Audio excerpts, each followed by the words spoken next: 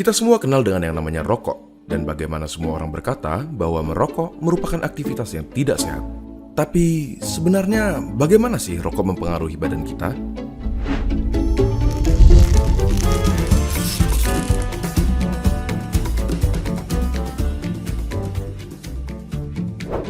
Coba kita mulai dengan komponen-komponennya.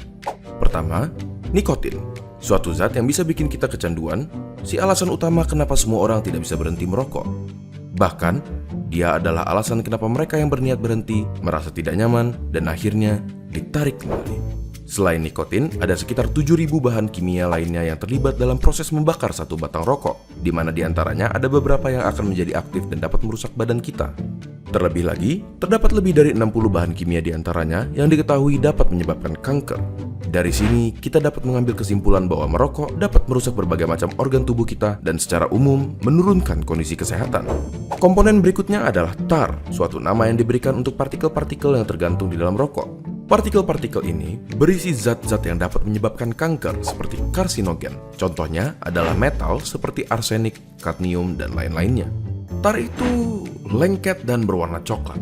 Dan apakah kalian pernah berpikir kenapa gigi dan kuku perokok menjadi kuning? Yap, itu adalah tar yang dapat juga mengotori paru-paru dan memberikannya penampilan yang sama. Zat yang berbahaya berikutnya adalah karbon monoksida, suatu gas yang dalam jumlah banyak dapat berakibat fatal karena menggantikan oksigen yang seharusnya tersirkulasi di darah. Gampangnya seperti ini. Di darah terdapat sel darah merah, dan di sel darah merah terdapat hemoglobin. Pada mereka yang tidak merokok, oksigen mengikat ke hemoglobin dan diantar ke seluruh tubuh. Tetapi, karbon monoksida dapat mengikatkan dirinya ke hemoglobin lebih mudah dari oksigen, dan akhirnya menggantikan oksigen. Kalian mungkin berpikir, ya sudahlah, apa masalahnya oksigen diganti karbon monoksida?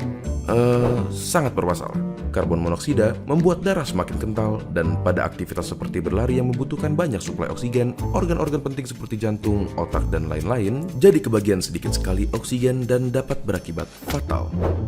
Selain itu, di dalam rokok terdapat sesuatu yang bernama hidrogen cyanida. Paru-paru kita biasanya mempunyai rambut-rambut kecil bernama silia yang membantu membuang zat-zat asing yang memasuki saluran pernafasan. Hidrogen cyanida menghalangi tubuh kita dalam melakukan proses tersebut dan membiarkan bahan-bahan kimia seperti hidrokarbon, nitrous oxide, organic acid, dan lain-lainnya yang ada di dalam rokok berkumpul di dalam paru-paru dan merusaknya. Tetapi, di balik kenyataan bahwa merokok merusak paru-paru, jantung, pembuluh darah, bahkan otak sampai dapat menyebabkan stroke, ada fakta menarik yang tidak semua orang tahu. Suatu penelitian menyatakan bahwa merokok mengurangi risiko penyakit yang bernama ulcerative colitis, suatu penyakit di usus. Tetapi, rokok meningkatkan kemungkinan terkena Crohn's disease, suatu penyakit di usus juga. Apakah bebas dari ulcerative colitis sepadan dengan risiko-risiko lainnya? Coba tanyakan pendapat teman-teman kalian yang merokok ataupun bebas dari rokok dengan membagikan video ini ke mereka. Apakah kalian akan terus melanjutkan merokok atau berhenti? Apakah kalian akan mulai merokok atau tetap menjauhkan diri dari rokok? Tulis pendapat kalian di kolom komentar di bawah. Terima kasih dan sampai ketemu di video berikutnya.